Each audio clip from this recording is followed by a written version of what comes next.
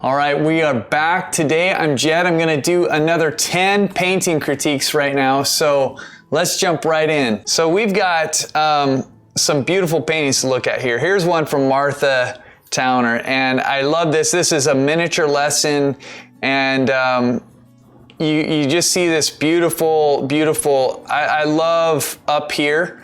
You know, we've got such a nice kind of, I don't know, like the working of that snow in there and all the variety of shades of violet and blues and different things like that, I think is really great. And I love how you can see this difference between the snow that's in the sunlight and the snow that's in the shadow. And I love that. I love how it kind of comes down and it becomes a little bit more green, that you start to see a little bit stronger values as it comes forward, and then the values here are really strong, and the colors are also strong, like you see the contrast with that, and I think it works really well. If I was going to give a suggestion, what I would say is, I think that if you subdued this is subdued compared to the yellow down here. But what I would probably say is that if you could subdue it a little bit more, I'm not saying you should on this one, but this is my suggestion would be, this ties in a little bit too much, in my opinion, with the ground down here, and not enough with the mountains back here. And I think just by like thinking about the distance, this green would be a little bit more blue, just a little bit, like it's down here, you have it.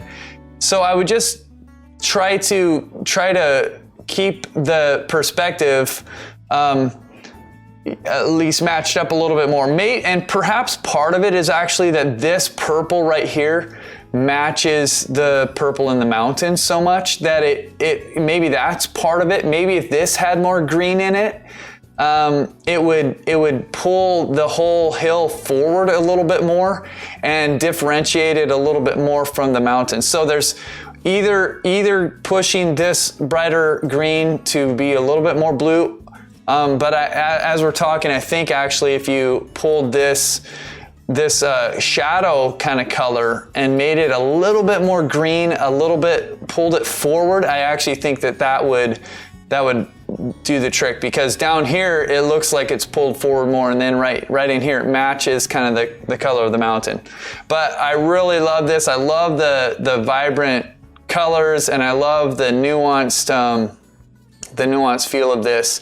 The only other thing that I might say would be to get rid of that dark edge up at the top, just because everything else back there pushes it back further, and then that little bit of dark, I kind of like it, but if you were going to keep it in, I'd probably keep it in everywhere and not just have it in the one place there. But good job with this, Martha. Love it. Okay, Joe McDonald, like I think this is really cool painting. I don't know what the reference was. I didn't see, and I didn't actually read where you got this, but I'm imagining it looks to me like a fairly dry area, a little flat. But I love the cool of the sky and the loose brush work in this whole painting, and kind of contrasted with these warm colors down here and all of the interesting textures and shapes and the contrast. I think you did a really great job. I think, you know, because a lot of people might look at a scene like this, and I didn't see the reference, but I'm just kind of guessing. A lot of people might look at something like this and think, I don't know what to paint. There's not, but you've created something really visually interesting, and you've got these reds that are very vibrant and bright, and then these yellows. And then I love the distance. You don't see much back there, but there's a few hints of hills and land that's really far back, and that just creates the depth that I think a painting like this really needs. If I was going to give you a suggestion, what I'd say is there are a couple shapes in here that they don't necessarily, I'm not sure what it is, like this right here, and I don't need to know what it is, but you've got a little bit of a hard edge up here, and it's drawing my eye, which this might be the focal point, but it looks a little bit too, it looks less organic I could say, than some of these other edges. It looks a little bit more like a wall or something like that. And this dark spot right here is a little bit similar.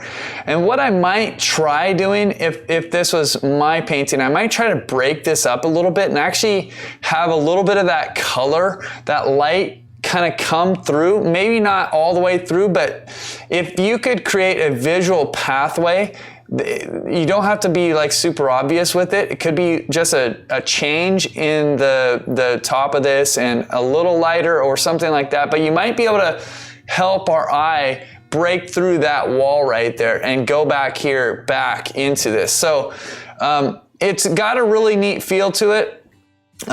Even with this, I like the feel of this kind of, because it's kind of like a little tiny rolling hill, and then it rolls back here and there's these other things. But I'm just wondering if it would look a little bit better if that was broken up. And some of the hard edges were softened or made to look a little bit more organic. But again, I really love this, Joe. I think that it's got a really nice feel to it. Okay, this is Trish's painting of flowers, and I did happen to read a little bit about this, and you were saying that you were doing I think you were painting something for somebody else, and you were kind of struggling with roses and flowers and stuff, and so you decided to come do this lesson, and I think that you did a great job with it. And one of the things you were talking about was the variety of colors and stuff like that. And I actually just recorded another flower painting.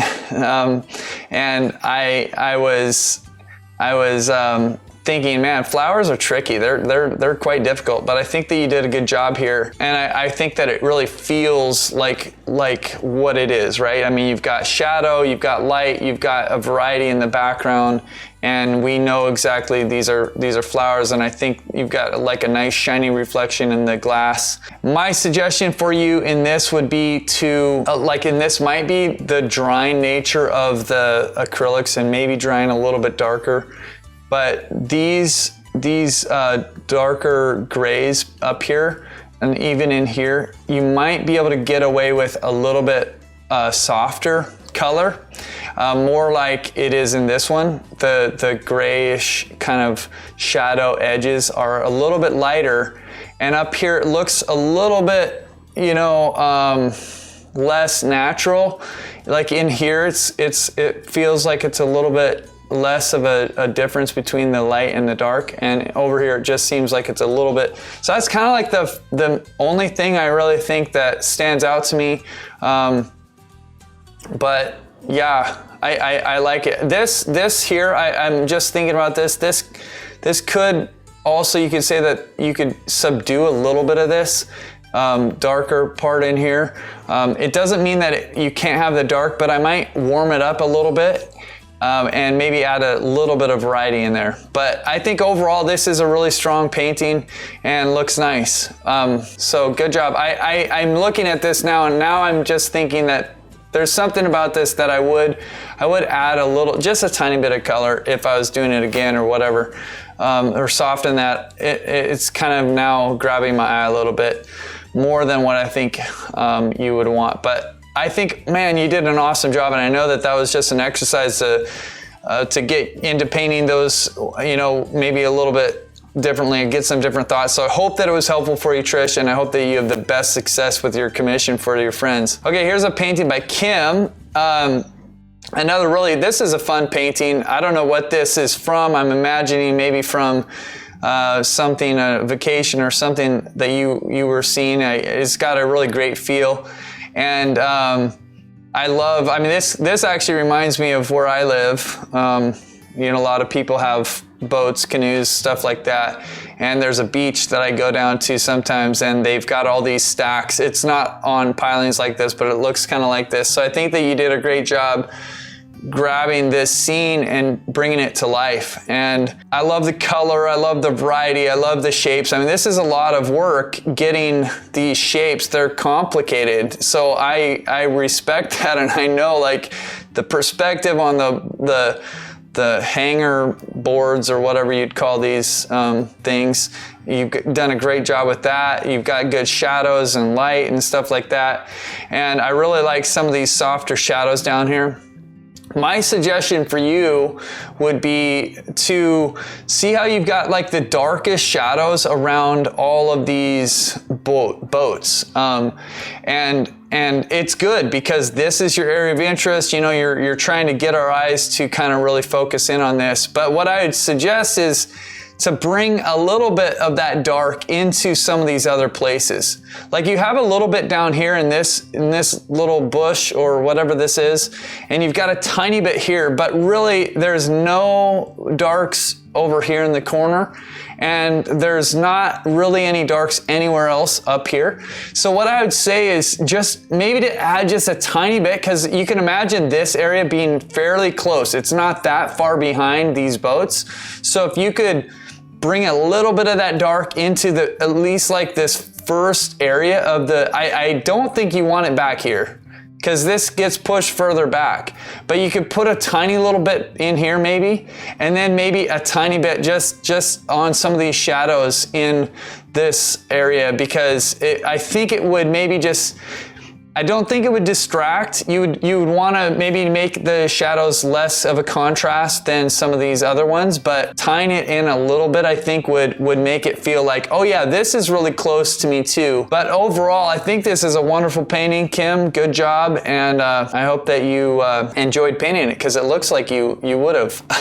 Okay, Julie, here's a painting from Julie. Now, when I first saw this, you know what I thought, guys? I don't know if you know Joan, but when I first saw this, I was like, oh, there's Joan's painting of the leaves, because doesn't this seem like something that Joan is another artist with us, and she does also very nice detailed paintings, but also with a soft feel. So Julie, I think that you did a good job here. I love how there's a softness in the background.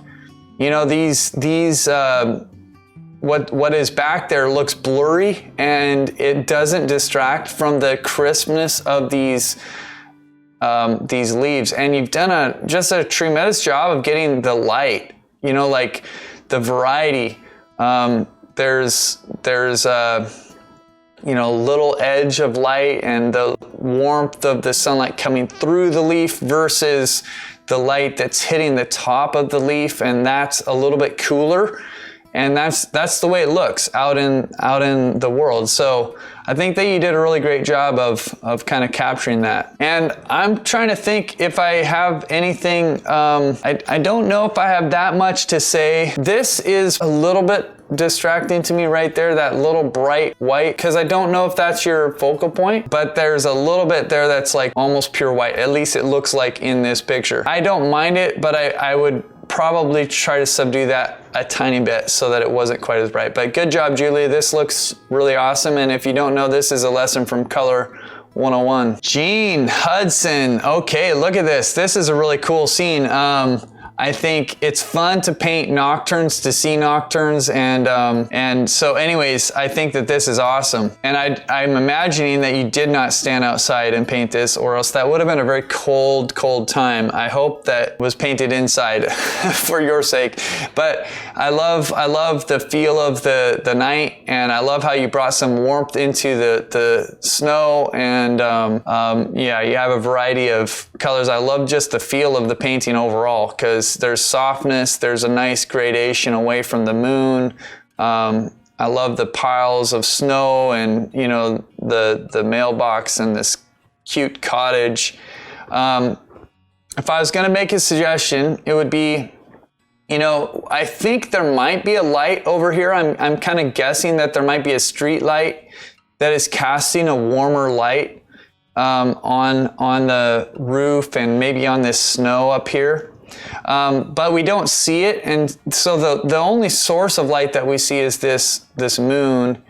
And so there's a part of me that is seeing the difference between the warmth and the cool of the moonlight, and it's kind of like trying to reconcile it. So just as an idea, I might either warm this up back here just a little bit, or I might cool this down to kind of tie them together. It's just a thought, because it doesn't necessarily have to happen, but because we can't see the school or the street light or whatever would be shining light on these other things, it kind of, in my mind, it kind of is making it so that I don't understand the light totally. But I really like this, Gene. I think it's a fun painting. I think yeah, I wonder what it would look like if you did put a little light in here. I know that'd be a little cheesy, but I kind of would like to see what that would look like.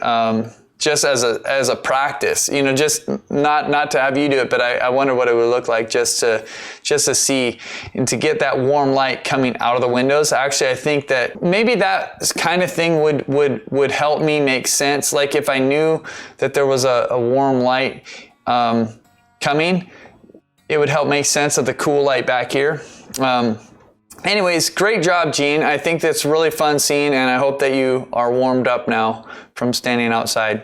All right, so that is the last painting of the day. So if you like this, make sure you like the video and subscribe. Thank you for being here.